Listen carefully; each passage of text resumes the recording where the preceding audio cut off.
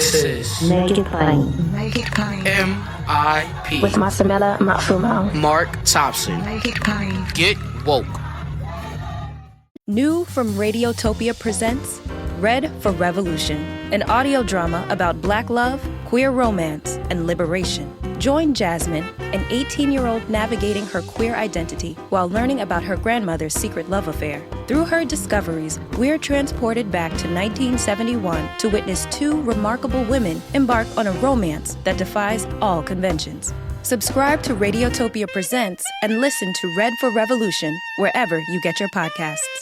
If you're a podcast host, listen up, this one's for you. My name is Allie Jackson. I'm the host of Finding Mr. Height, a dating and relationship podcast that I've been doing for 4 years now, sharing my positive and practical approach to dating that's built on my own life experience. And I wanted to share another experience that I've had, my secret behind monetizing my show. It's called Red Circle, and I was just telling my colleague about how much I love their platform. With Red Circle, not only am I getting a seamless hosting experience, but I also love the support I receive in ad sales. It's not just typical ad sales either. It's targeted opportunities based on my show and my life. And the platform is super simple. You just set your preferences and Red Circle matches you with sponsors that align with your show. You can vet every opportunity and their platform gives you great analytics. More recently too, my Red Circle team has brought me opportunities outside of my podcast on social media to really augment the podcast partnerships, bring them full circle. I just can't recommend them enough. If you want to give it a try, go to redcircle.com to get your free trial. That's redcircle.com for a free trial. Welcome to another edition of MIP on 89.3 WPFW FM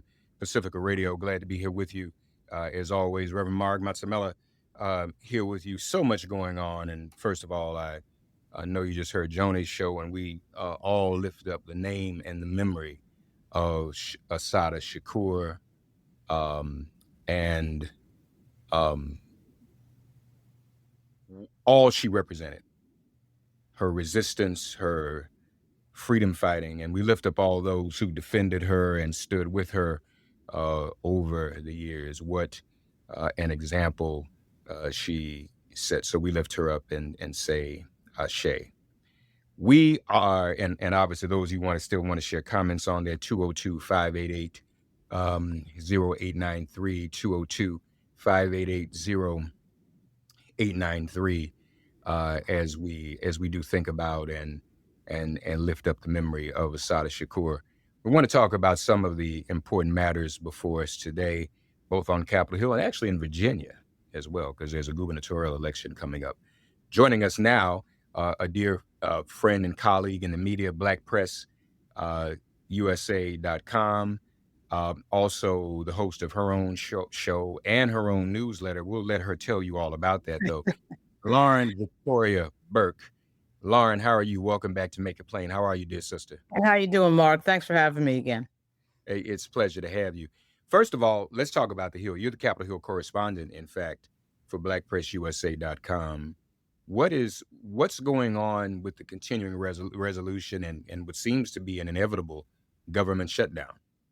Well, what's going on is a big meeting at the White House today between President Trump and the leaders in the House and Senate, which would be Chuck Schumer and Hakeem Jeffries on the Democratic side, and on the Republican side, Senator John Thune and Speaker Mike Johnson. So I can't say that there's high hopes for that meeting, because generally what happens at these meetings is a lot of, frankly, ranting and raving by the president. But the president did agree to the meeting. The White House did contact the Democrats for the meeting after they had been asking for it several times. So in that sense, it's a good sign, because what it tells you is that at least there is some willingness to at least have a conversation before shutting the entire government down. But as you know, Mark, as I don't need to tell you, part of Project 2025 is a mass reduction of the federal government.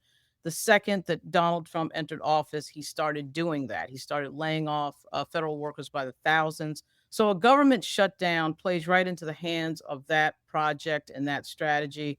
I actually think the Republicans, at least in the White House, want to shut the government down and want to lay off and or fire thousands and thousands of more federal employees. So incredibly, on this same day, there's going to be a meeting once again with the Prime Minister of Israel, Benjamin Netanyahu. So those two meetings are happening at the White House at the same time. I can't say that they don't have anything to do with each other because we are a country that is giving billions and billions of dollars to other countries overseas, while at the same Mhm. time arguing that we cannot provide health care for our own citizens. So even though those two meetings do not have a direct connection to each other, certainly the money that will be paid out likely later after the meeting with Prime Minister Netanyahu does factor into the thinking of a lot of people. You are seeing some movement from the Republican side against Israel and these payouts, by the way. So that's something to look for. So, where are we on process, though, Lauren? I think they're going to vote tonight, correct? I don't think they're doing anything tonight. The House is not officially in session. The Okay, I'm sorry. Republicans are out of session. The government funding expires on Wednesday. Okay, so October 1st, I mean the night at midnight, the night before October 1st, the government funding expires. It has to be voted on to keep funding the government. You either fund for an extension, okay, you either come in and and vote on an extension, which of course is a pre-agreed agreement, right? So it's not like you just come in and okay, wow, we're voting. I mean, they've got to sit down and figure out what that extension is, what it means, and what the details are. Uh, and I suspect that that's what will be discussed today at the White House. Uh, in the past, what we know, and I don't need to tell the audience that has typically been a fiasco. Once again, you have a Republican Party that is really waved goodbye to governance in the last 10 years. So governance to them is to constantly be discussing how everything is dysfunctional and the government needs to be completely changed. They're not bringing a lot of policy ideas other than to greatly shrink and reduce the government, which of course has led to 300,000 Black women connected to jobs in the federal government being out of a job. I'm sure there's hundreds of thousands of Black men too involved in that, by the way. But that stat came across a few weeks ago, as reported by NBC. As you know, there's been a history of Black people being connected to federal government jobs. It wasn't just the Postal Service. I mean, other federal government jobs. This administration has a bullseye on the Black community and economics and money. And so, from the congressional standpoint, the Democratic Party, whether you are Black, white, Democrats from the north, south, east, and west, they are trying to get the government funded. They know that healthcare is on the table. There's the major question is the extension of tax credits for healthcare coverage, which the Republicans are now articulating that they could care less about, at least the Republicans sitting in the White House. And really, the Republicans sitting in the White House are the only Republicans that matter because the ones sitting in the Congress are not pushing back on their colleagues in the White House. So whatever happens with regard to what the president says will be the process moving forward for the Republican Party. Part of that process, though, is that what happens in the Senate requires 6 Democrats to agree. They need a 60 vote margin to move forward. So Chuck Schumer holds a lot of cards here. So in the past, he has capitulated to the Republicans. He says he's not going to do that now. We'll see. We'll see. If he does not capitulate, Lauren, and folks, your calls 202-588-0893,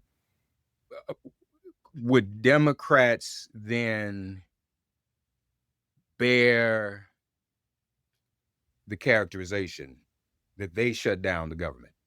I'm just asking because I'm Uh, not. Well, of course, the Democrats are arguing that the Republicans have shut down the government. The Republicans control the entire government, including the Supreme Court. So the Republicans control, of course, the House, the Senate, the White House, and the Supreme Court. So it's hard to argue, it would seem to me, that the Democrats shut down the government. Of course, the Republicans are going to say that. The problem, of course, is, Mark, as you know, as somebody who's a communications professional in so many ways, the Democrats are unable to manage their messaging because so much of messaging now is predicated on lying and misinformation and disinformation. So the truth can be whatever you say it is, but it's really what you can market to the public and what the public believes, as we found out on Jan 6, 2021. People believed falsely and with no evidence that the election was stolen. If you get people to believe that, they end up violently attacking the US Capitol. So one of the things that the Republicans are clearly better at than the Democrats is messaging and getting people to believe things. So it will not surprise me that the Republicans will try to get the public to believe that the Democrats shut down the government, even though the Republicans control the entire federal system. Well, but here's the thing, though, Lauren, and I asked that question. I'm sure you can guess for a reason. Um, what would be so bad about that? Don't Democrats need to show some backbone anyway? I mean, Uh, they have a gun to their head on every occasion. Some of them, Lord have mercy, and I hate to say, when family members do something so bad you can't even mention it because you're ashamed and embarrassed. It's one thing to Mhm. be angry. Like I say, Lauren and I are brothers, sisters, and I do something so bad. It's one thing for Lauren to be angry at me, but it's nothing Lauren can't even talk about because I'm her. But say, how could you do that? You don't even really want nobody to know. I don't Right. want nobody to know some of these Black Caucus members voted for the Mhm. Charlie Kirk resolution. We know some of them people, Lauren. That Mhm. hurt. I don't even, Mhm. don't even, Dick Gregory said, don't even bring it to me. I don't want to hear about it. I don't even won't even know. So, but for a change though, maybe be good for Democrats to be seen as standing up, showing some resistance and some backbone, would it not? Absolutely, particularly coming off the Charlie Kirk resolution, in which the Democratic leadership, all three leaders voted in favor of that resolution in honor of Charlie Kirk, including Hakeem Jeffries of Crown Heights, Brooklyn. The reasons for that and the way that this looks is I think not as complicated as some of these leaders in Congress think. I just think sometimes what happens is people are hanging around with the same three aides that they have in their office and listening to them and not realizing what it looks like when they make a decision. Okay, so the week of the Charlie Kirk resolution was the week where the leadership in the Democratic Party in the House told their members to talk about health care, to talk about the fact that health care was going to be cut if the government was not funded, that there was going to be a big disaster, which there will be if those tax credits are not continued. People's health care premiums are probably going to double in the case of hundreds of thousands of people. So what happens there is they get wrapped around the axle on that. Then they have a caucus meeting in which a member gets up from Rhode Island who happens to be trans to argue that if you don't vote in favor of the Charlie Kirk resolution, which of course was worded in a political way that sort of avoids all of the racism and all of the misogyny of Charlie Kirk's statements and just wants to talk about political violence. Well, no one I know of that I've talked to in the House, whether it be a MAGA Republican or a liberal Democrat, is in favor of political violence. Okay. And I talked to Marjorie Taylor Greene. I talked to some of the people who are on the far right, and nobody is for political violence. So that never really actually needed to be voted on in the first place. The idea that you can disassociate Charlie Kirk's statements in the public realm, which he's concentrated on so much with regard to race, and all sorts of things that sound like the 1950s era of the Ku Klux Klan, calling certain racial groups stupid and not having mental capacity, so forth and so on, is impossible. You can't divorce him as the from the you can't divorce the person from that resolution. Unfortunately, we had several Democrats that got wrapped around the axle, including I think Leader Jeffries. So what ends up happening is, the party looks as if they can't stand for anything. There is an open question, unfortunately, about what the Democratic Party actually stands for. Okay, because I cannot imagine if Charlie Kirk was Louis Farrakhan, if Charlie Kirk was someone who had said some controversial things and died in a very tragic way, and there was a resolution that people would divorce the words of that person from that resolution. I can't imagine that happening with anyone else. So I'm very, although most of the CBC members, as I wrote in Black Press USA, voted against the resolution. They were leaned on very heavily by their leadership. Many of them were told to, quote, take a walk and disappear into the cloakroom and don't vote. And to their credit, most of the CBC members overwhelmingly voted against the Charlie Kirk resolution. To their credit, in terms of not listening to their leadership and what the leadership gets, confused by, which is typically polls, by the way. So that was a very interesting moment. I think a very telling moment for the Democratic Party. Yeah, yeah. It most certainly is. 202-588-0893.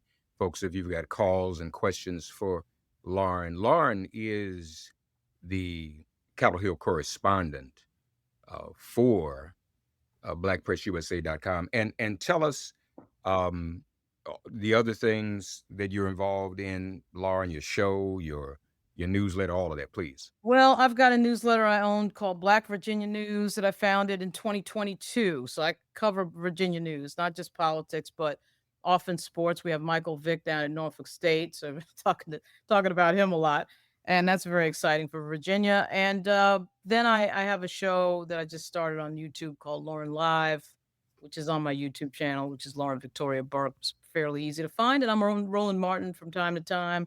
Had a great time this weekend, as I'm sure you did, Mark, for CBC Week. A very interesting collision of sequin and very heavy issues sitting in the background for the Black community, to say the least. We found ourselves at a time that really matches the era of Woodrow Wilson. Mm. Or maybe not- after the Civil War, maybe matches after the Civil War, the Redeemers. What I think we're watching is the second coming of the Redeemers, actually. Yeah. The period of redemption. Mhm. Yep. It was strange, and I couldn't stay all this weekend. I had another speaking engagement, but Mhm.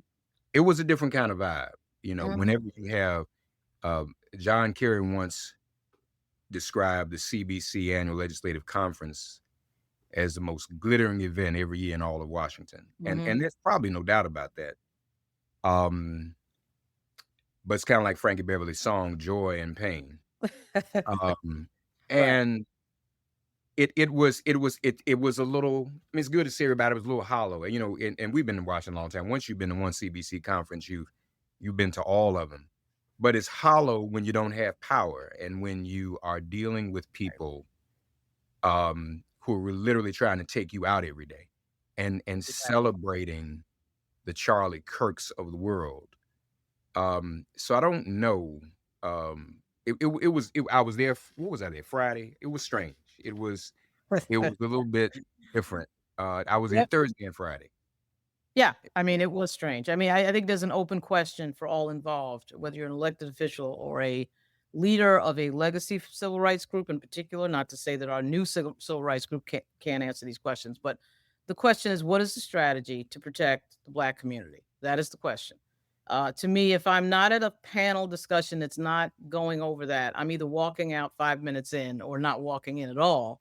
There were some discussions that got to that.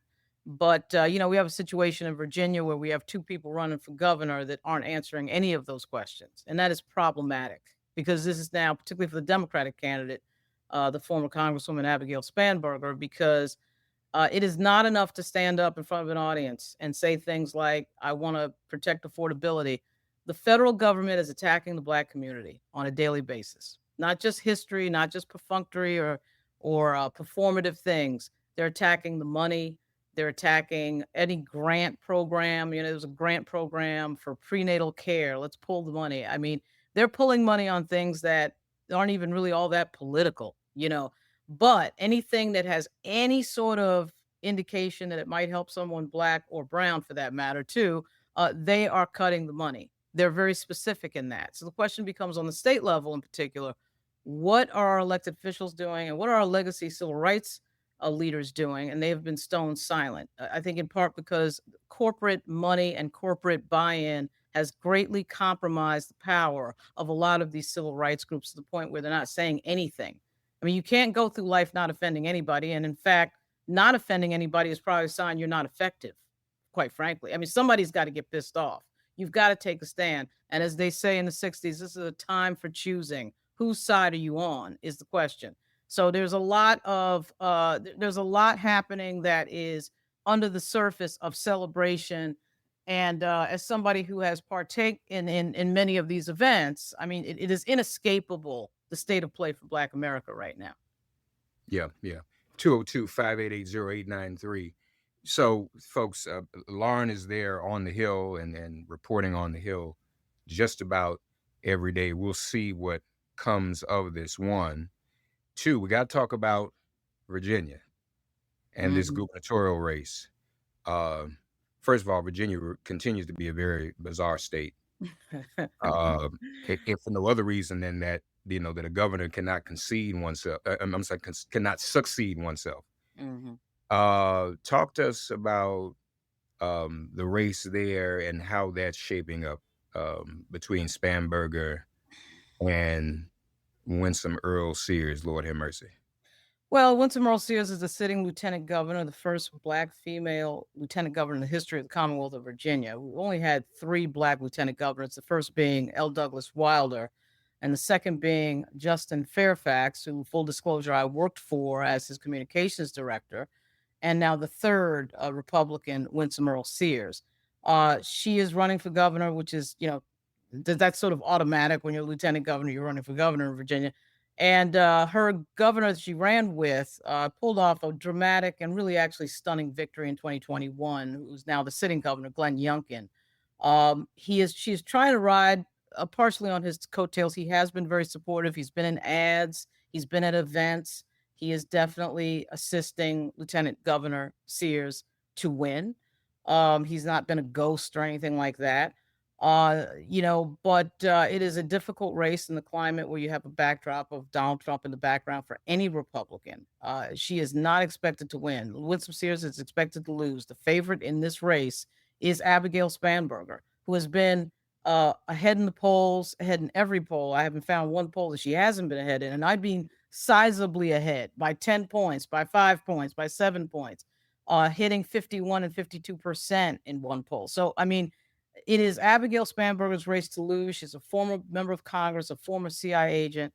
The problem with the race, though, is that there is no articulation with any specificity on issues by either candidate, with the exception of Winsome Earl-Sears' obsession with trans issues with regard to who uses what bathroom and whether or not a biological male may or may not be disrobing in front of girls in a locker room. That's what she's talked about more than anything. And I can tell you, as somebody who has knocked doors and been with people who've knocked doors, these are issues that generally do not come up at the door. Okay. When you knock doors or talk to people who are blue collar in Richmond or Hampton or Norfolk, what they bring up is bread and butter issues that have to do with money, things like the car tax. Virginia has a car tax, which is annoying for everybody, Democrat and Republican. It does so happen that Winsome Sears is pushing the end of the car tax in Virginia. But the bottom line of it is Sears is expected to lose. Abigail Spanberger is expected to win. And if anything happens that isn't that outcome, it would be a shock. Yeah. You said no issues are really being discussed. Are you Well, serious? I'll say it this way. Very sort of formulaic general statements about things like, I want to lower your affordability and your grocery bills. And, Virginians, I care about your children and education. We're not talking deep discussions of issues in a way that you would typically see in a campaign. Part of this is the media's failing in a lot of ways, but to the credit of both candidates, they have accepted interviews from the local Virginia press that have asked about specific issues. It does seem they're only going to be having one debate, which would be craziness if that's the case. I mean, they've been at quote forums, but you get a forum maybe at a church or something like that. You're not getting hard-hitting detailed questions that go to things that they're unlikely to be, faced with. I mean, I'll just give you an example. I don't know that anybody's asked Abigail Spanberger whether or not she agrees or disagrees with the activity of ICE as conducted under the Trump administration. I mean, that's a pretty obvious thing that's going on. One might think, well, that's a federal issue, not a state issue. Well, no, it's actually a state issue because the federal government is asking the states to participate in kidnapping people and renditioning them to El Salvador. So are you as governor going to be for that or against it? One would assume Abigail Spanberger would be against it, but Abigail Spanberger likes to brag that she was a cop and a CIA agent, and got the endorsement, interestingly enough, of the FOP, and likes to brag about law enforcement, and was, when she was in Congress, was quite critical of Black Lives Matter and any conversation about defund, which, as we know, is not just a conversation about defund. It's a conversation about, where does the money go? Where does public money go? Does it go into the billions, into police overtime like it does in New York? Or does it go into social services and education, et cetera, and so on? That's the question that a lot of these Democrats like to avoid because they want to be seen as pro-police. I get it. I mean, I'm the daughter of a cop, a New York City cop, and my nephew was a cop in Virginia Beach, and my boyfriend is a federal police officer. I like police too. But the question is the allocation of public funds. That usually a police department is the number one or number two allocation in a lot of these bigger cities. And so, nobody wants to speak against cops. Nobody wants to criticize cops, but we in the Black community should be asking questions when we see video after video of Eric Garner getting choked out, or Walter Scott getting shot in the back, or George Floyd getting choked out. We should be asking a few questions, as would any other community that has to watch their community members treated that way by what is a government funded and a government entity, the police.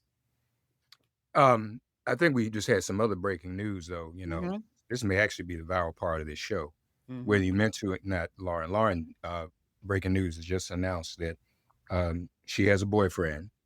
Was that public yet before you said that? Or That was public because I bring I'm him up sorry, I a didn't- lot. That's what I I'm missed that. I'm sorry. I thought I may have had something else break. When people announce relationships, they'd be blue. Remember when Coco Golf found her boyfriend? I thought I was about to have one of those viral moments with you, but you said I didn't know it was already out there like that. Very well. It's out. Um, but so let me go back to these Mhm. Democrats and milquetoast behavior. Right. Is it a possibility that even Spam Abigail being um so non-specific or you know uh amorphous, we see that with Democratic candidates a lot. Right. You even see members of Congress. Is that not also one of the flaws in the party's culture? It's dependent on that consultant class, which it seems to be saying to people, say as little as possible Absolutely. so no one can criticize you for anything. That's absolutely what's going on. I mean, it's the white consultant class, and the white consultant class is so connected to the decision making and the money that comes from these donors that it is actually becoming dysfunctional. Now, it's one thing, Mark, if you win elections. It's one thing if you're controlling the Senate. It's one thing if you won the White House over Donald Trump in 2016 and then you did it again in 2024. It's quite another thing when you don't have the Senate, you don't have the House, you don't have the White House. So, for most people in politics, and I've been in media and politics, if you show results, everybody shuts up. If you win, everybody shuts up. The problem with this consulting class is that I don't even think they care anymore about who wins or loses, as long as they make the money. As long as they have the contract, as long as they can build a tunnel under their house in Georgetown, I don't think anybody cares. I mean, I really actually have come to that conclusion because what tells me that is when the Democratic Party loses big, like they just did, particularly the way that they lost, having trouble figuring out that you can't run an 80-something-year-old man for the presidency for the second time, and you don't figure that out until 107 days before election day. Or with all your consultants and Jen O'Malley Dillon and all these people, Steve Ricchetti, they couldn't figure that out until 107 days before the election. That's a problem. And you don't hear anything about mass firings of consultants, do you? You don't hear anything about mass firings of people at DNC or D-Trip or any place else as a Democratic entity. So that for me, and I think for a lot of people that I talk to in politics who've been around quite some time, is problematic. So that, yes, the consultants tell these candidates, don't say anything, don't cause controversy. In a little bit of fairness to the candidates, I do understand some of that adjustment is about the current media age that we live in. Because if you say something controversial and it goes viral, it can blow up your entire campaign. So I totally understand why candidates have been hypersensitive, careful in this last 6 or 7 years, last 4 or 5 cycles. But at the same time, you're running for office. We need to know what you believe in and what you don't believe in. And hiding that is problematic. And for the Democrats, it is fatal. You'll notice on the Republican side, they're not hiding what they believe in. I want to fully fund Israel. I want these Mexicans out of the country. I want ICE to be funded into the billions. They're telling you what they believe in, whether you like it or not. It's the Democratic Party that remains a mystery, and that is problematic. Yeah. You're absolutely right. 202-588-0893, 202-588-0893. Talking about the Virginia governor's race, talking about the continuing resolution. I got a guest who's going to join us, Lauren. Just before as we bring him on, though, just one more thing back to government. They shut this down. That would also give Trump even more ability to continue to fire federal workers, couldn't he? Oh, absolutely. Absolutely, which is exactly what he wants to do. Absolutely right. Yeah. Yeah, yeah. That's the other thing that's really kind of scary about this. 202-588-093. Lauren Burke, blackpressusa.com with us, representing the Black press. Also joining us now, Lauren, and stick around because I'm sure you have some questions for this conversation, as we have had breaking news over the weekend when it comes to New York politics. The chair of Working Families Party, our dear brother, Dr. Maurice Mitchell. My brother, how are you? Oh, I'm blessed. It's good to be with you. It's good to be. Thank you for joining me on short notice too. But I had to talk to you because I think there's a candidates debate tonight. We have this mayoral race, and the landscape has changed overnight since Eric Adams has dropped out, Maurice.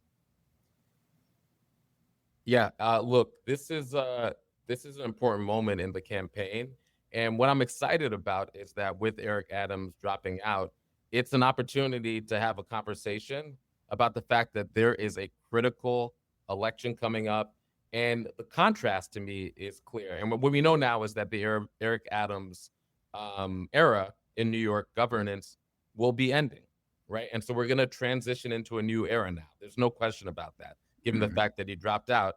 And so what people have, I think, is a real choice between Andrew Cuomo, what we at the Working Families Party believe is his record of corruption, his record of sort of top-down party boss leadership, and Zohran Mamdani, which represents a new, refreshing, multiracial coalition that's focused like a laser on affordability, which is what again and again and again New Yorkers are interested in: how to stay in their homes, how to stay in their communities, how to be able to get by and actually thrive in New York.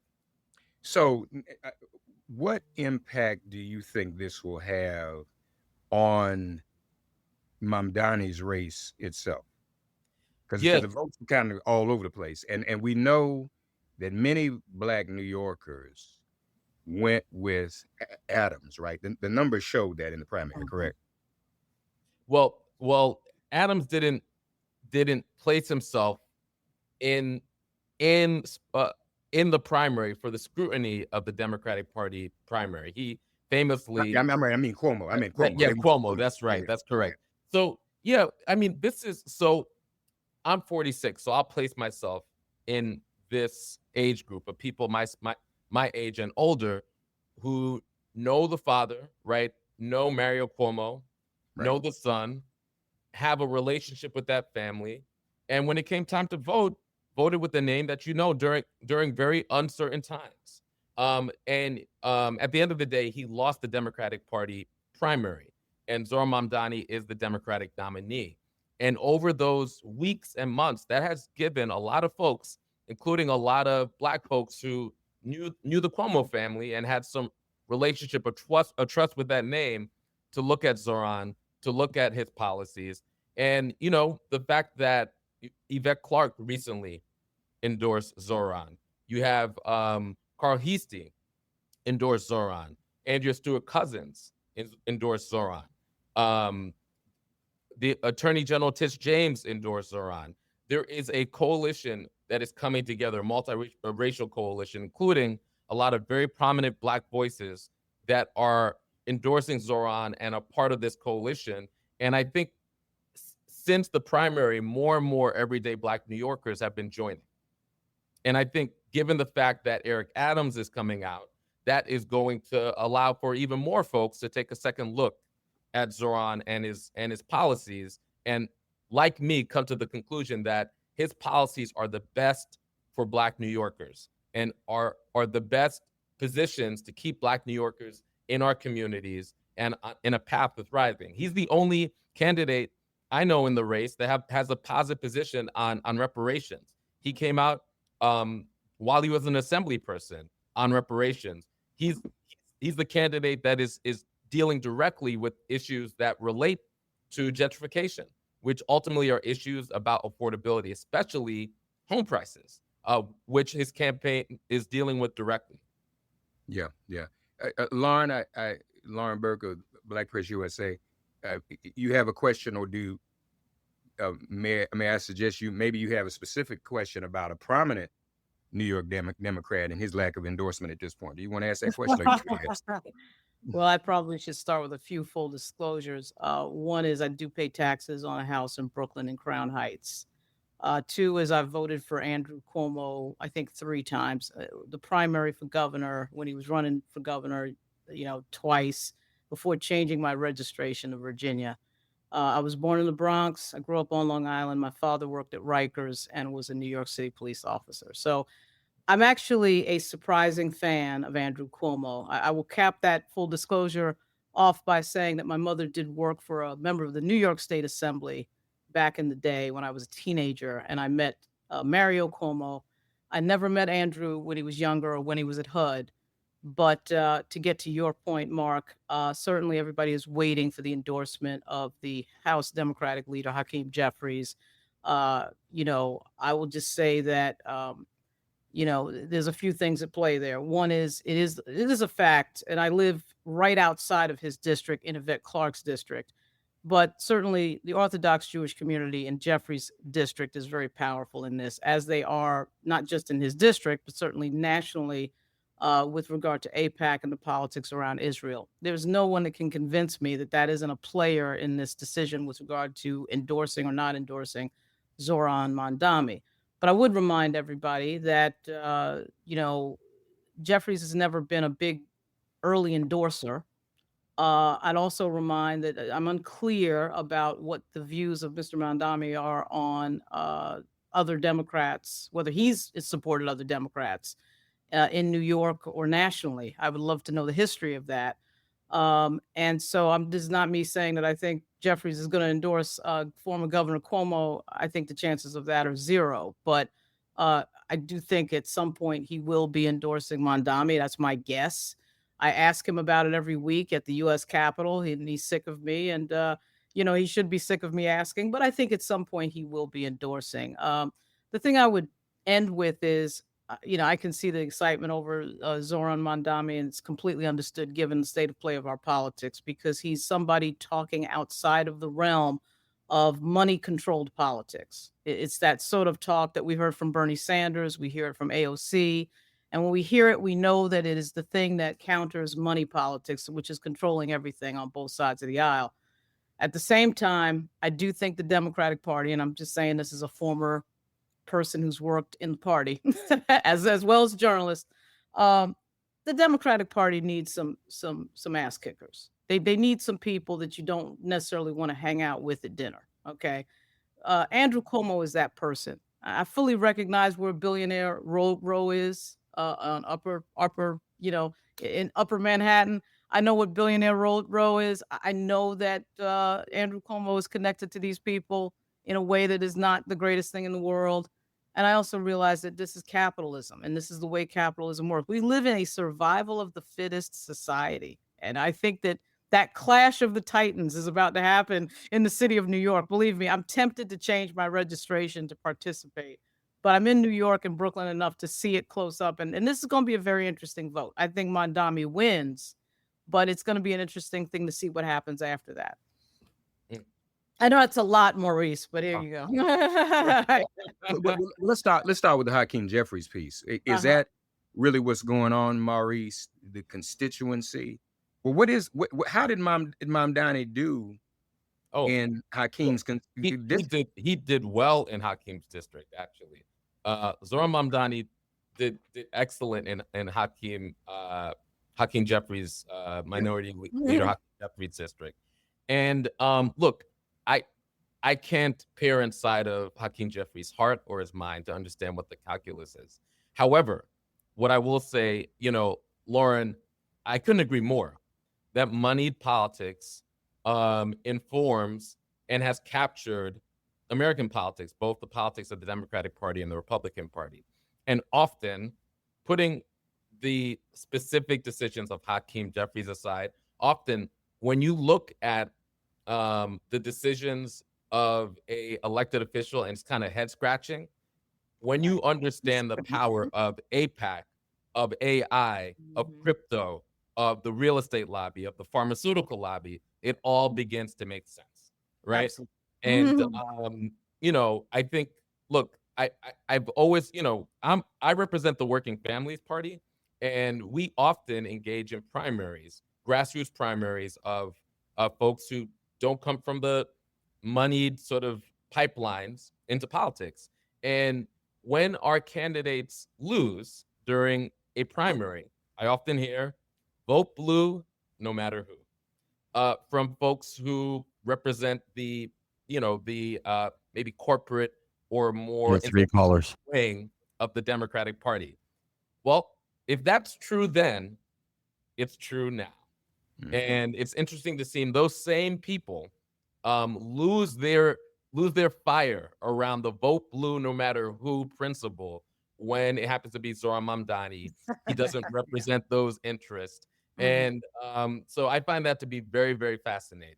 And I think, look, at the end of the day, I hope that Minority Leader Jeffries will have conversations with Nydia Velasquez and Yvette Clarke and Andrea Stewart Cousins and Carl Heastie and Attorney General Tish James and many others who've come to the same conclusion that I have, that Zohran Mamdani represents the future. He's the Democratic nominee. He is the only candidate that we know that will provide a vigorous fight against Trump and isn't compromised by Trump. And the only thing I would say is, like, yes, Andrew Cuomo is, most people understand that Andrew Cuomo has earned the title, the Dark Prince of Democratic politics, for a reason, right? And, there could be an argument that, like, all right, we send our bully up against their bully. However, we also know that he's compromised. And that creates, I think, a problem where we need a mayor of New York when the federal government and Trump is going blue city by blue city to invade blue city by blue city. We need a mayor that won't be compromised and will be willing to put up a fight. Yeah. Folks, let's get some calls in. 202-588-0893. Maurice Mitchell, chair of the Working Families Party. Lauren Burke of BlackPressUSA.com, Capitol Hill correspondent, also covering much of Virginia, all of Virginia too, as well. Caller, God bless you. You're on the air. What's your name?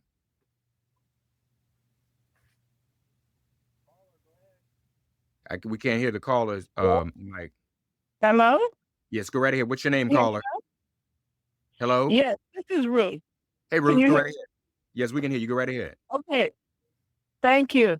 I just wanted her opinion on, the rhetoric now is if a budget is not passed, then mass firings and layoffs will begin.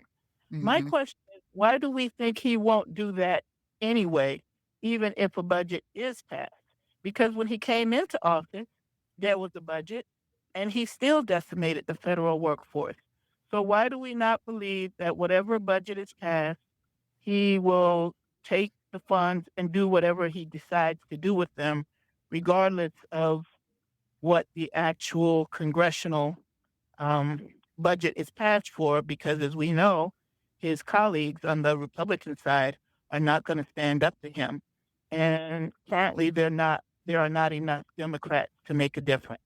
Thank you. It's a Thank you, good Ruth. point. Of course, we're talking about Trump now, y'all. Right. So that's the question about Trump and the budget. Go right ahead, Lauren.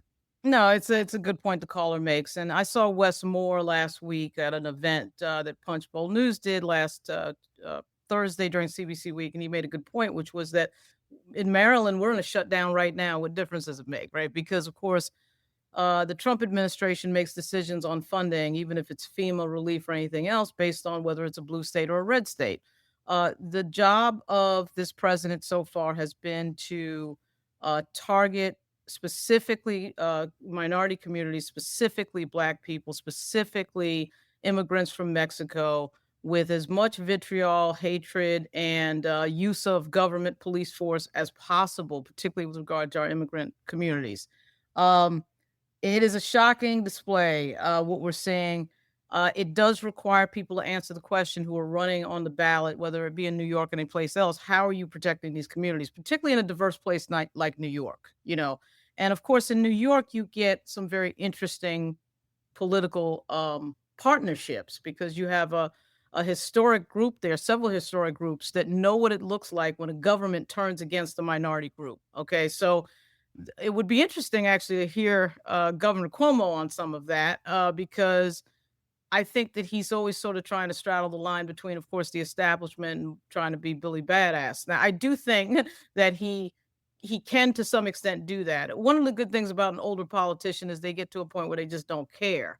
But back to the caller's point, the caller is right. The federal government, as run by Donald Trump and Stephen Miller and Laura Loomer, three racists, is going to continue to cut jobs, is going to continue to exact as much pressure and as much vitriol as they can on Black and Brown communities in particular. And that federal government piece was not an accident. A lot of Black folks gain wealth through the federal system because the TSP program alone is one of the biggest builders of wealth and millionaires, slow building millionaires than almost any program in the country. So that's a good point.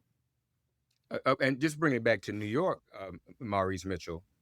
I mean, that's one of the things that helped Mamdani, Eric Adams' association with Trump. And in New York, it's one of the most liberal cities in the country. People are very well aware. Everything Lauren just said, everybody in New York feels that, understands it, and gets it the same way. And that's why Mamdani had such a overwhelming support, because people are sick of this. This is Mamdani is a resistance candidate, is he not? Yeah, that's correct. And exhibit number one is the awkward WPIX interview that Mayor Adams did with Tom Homan, the director of ICE, where I call the giggle heard around the world. Where, I mean, it was just, as a Black man, I felt deeply injured by witnessing Tom Homan disrespect Mayor Adams on live TV the way he did. And Mayor Adams just giggled and took it. And to me, that giggle is the response only of a completely captured and compromised person would make, you know? And so to me, that was a disqualifying moment for Eric Adams, and signaled the fact that, given the very real threat of Donald Trump, because he's made clear he is going to use the full weight of the federal government, both legally and extra legally, in order to apply pressure on quote unquote blue cities with large Black populations and cities that he's calling quote unquote sanctuary cities. And he's going to terrorize these cities.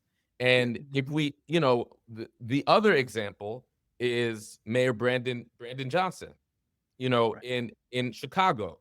And he, along with Governor Pritzker, as well as folks in the community, stood strong, and Trump blinked, right? And so it does matter to have an administration that's willing to show up and defend your residents. I think we also saw that with Mayor Baraka, right? Mayor Baraka, he was willing to very, very early on say, it doesn't matter who my resident is. It doesn't matter if my resident is an immigrant or a citizen. They're my residents. It's my job to protect them and keep them safe against this federal government. And so I think that has been one of the factors that has led to so many people rallying around Mamdani. Yeah, very important. We have another caller. Caller, God bless you. What's your name? Do we? Maybe not. Maybe Go to the next one. Okay, caller, God bless you. What's your name? Caller, you there? Turn your radio down. We're going to go to the next one. All right, well, you just go to the next one, Mike. You control that. Just go. Caller, God bless you. Go right Go ahead. ahead, caller. You're on. All right. My name is Stan from Northern Virginia. Hey. My question is, can you hear me? Yeah, Yes. I can hear you. Okay, good. My question is, we're talking about strength in politics and President Trump. I just cannot understand how he can continue to do these clearly impeachable offenses, going to war against Iran, deploying bombers to Iran, clearly being in support of a genocide in Gaza, and just deploying troops in American cities. Why can't there be any backbone in Congress at all to get this man out of office? What do we have elected officials for if they cannot stop America turning into some nightmare where people are disappeared from the streets, like he is deploying Praetorian Guard all over the country? Why isn't there some action? I get these send me $5, send me $30 for this cause and that cause. I'll stop there. Yeah. But let me hear your response about just what can we do to get him out of office? Maurice, you take that one first. Okay, sure. Well, caller, I couldn't agree with you more that the actions of this president are deplorable, are in many ways illegal, are violate our Constitution, and impeachment is mainly a political process. And the president, his party has a majority in both houses. They had an opportunity after January 6th to do the right thing. They chose not to, which shows you how captured the politicians in his party are, because many of them understood the same thing that you understood. But you asked another question, which is what we need to do today. I believe that there's a number of things that we need to do today. So, many of us recently led the protests and organizing and boycotts against Sinclair, Nexstar, ABC, and Disney when they pulled Jimmy Kimmel off the air. And look, Jimmy Kimmel is a very wealthy, connected, famous white guy. So the reason why I felt it was really important to do that is because they crossed the line. And if we did not show up now and apply pressure where it matters the most often, and it matters with corporations and their corporate backers with their profit margin. And they needed to feel the heat, and they felt it, and then they backed down. And I think we should draw some lessons around the immediate things we need to do and look towards elections. I think, again, the New York election and how that fares, that's going to be an indicator about where this country goes. And also the 2026 elections. There's a reason they know they're unpopular. There's a reason why they're trying to steal the election before any vote is cast, while they're trying to use gerrymandering in order to change the balance of power, even before people get to choose their representative. So we need to turn out like never before every single election, including the congressional elections coming up in 2026, so that the Republicans and MAGA won't have a majority in the House. And there is a slim possibility, if you line everything up, that they could also lose their majority in the Senate. And we have to organize the largest electoral movement between now and November 2026 in order to do that. And in between, we need to do the small and large actions like boycotts, like the Target boycott and others, like the organizing, like those protests, to show that there's a movement against this. Yeah. One more and 3 minutes left. We have one more call? Yes, and 3 minutes left. Yep. Okay, real quick. Let's go and get this next caller. God bless you. Go right ahead. Caller, you there? Okay, I guess call's not there. Folks, this has been a very, very interesting conversation, obviously. Lauren, let me give you some closing thoughts, and then we'll hear from Maurice. It's interesting, too, because Maurice, before you came on, we talked about the Virginia gubernatorial race. I don't see a whole lot of difference now these days between Winsome Earl Sears and Eric Adams, but that's just me. Maybe that's harsh. That's harsh, but maybe not, because you talk about the man giggling and skinning and grinning. Lauren, closing thoughts, please. Well, Eric Adams was in fact compromised by, of course, his connection with the Trump people. Interestingly enough, for Winsome Sears, they're ignoring her. The official MAGA is ignoring Winsome Sears, and she has not gotten the endorsement from Donald Trump, and probably will not. Why is that? Why is that? She criticized, because she really isn't a MAGA Republican. She criticized Donald Trump and basically said he should get off the stage only like a few years ago, and they know that. And of course, they remember that. Has she asked for the Epstein files? No, she hasn't brought that up. It has come up, but it's not a type of issue that's a Virginia issue. To Stan's point, it's really about voting. And Stan's point, I'm sure Stan in Northern Virginia is probably early voted already. There's probably going to be a wave election in Virginia. I can't speak for New Jersey, but I can speak for Virginia. There's probably going to be a wave election in the blue wave, in the Democratic. And you're going to see it in New York. I suspect, obviously, it's two Democrats with Cuomo and Mondami, but you're going to see the more left-leaning Democrat win, and that means something. Maurice, the polls are showing still Mamdani ahead sizably. Am I wrong? That's correct. Still double digits ahead, even with Eric Adams leaving the race, right? And that, to me, is an indication of the campaign that he's run from the very, very beginning. Andrew Cuomo is behind in every single poll, even when it's head to head and the Republican is out of the race. Andrew Cuomo is still behind, and there's still several weeks to go, and I only could imagine that the momentum is going to build in Mamdani's direction. And I don't think I never thought we could discount the charges that drove Cuomo out of office in the first place. No, I don't think necessarily people have forgotten those. They're not really covered as much. Yeah, I don't think they've forgotten those. They're covered less, but some of the same elected officials that ended up endorsing him, initially in the primary, and they are the same folks when he had those, I think, disqualifying and disgraceful allegations, very credible allegations by dozens of women. 20 seconds.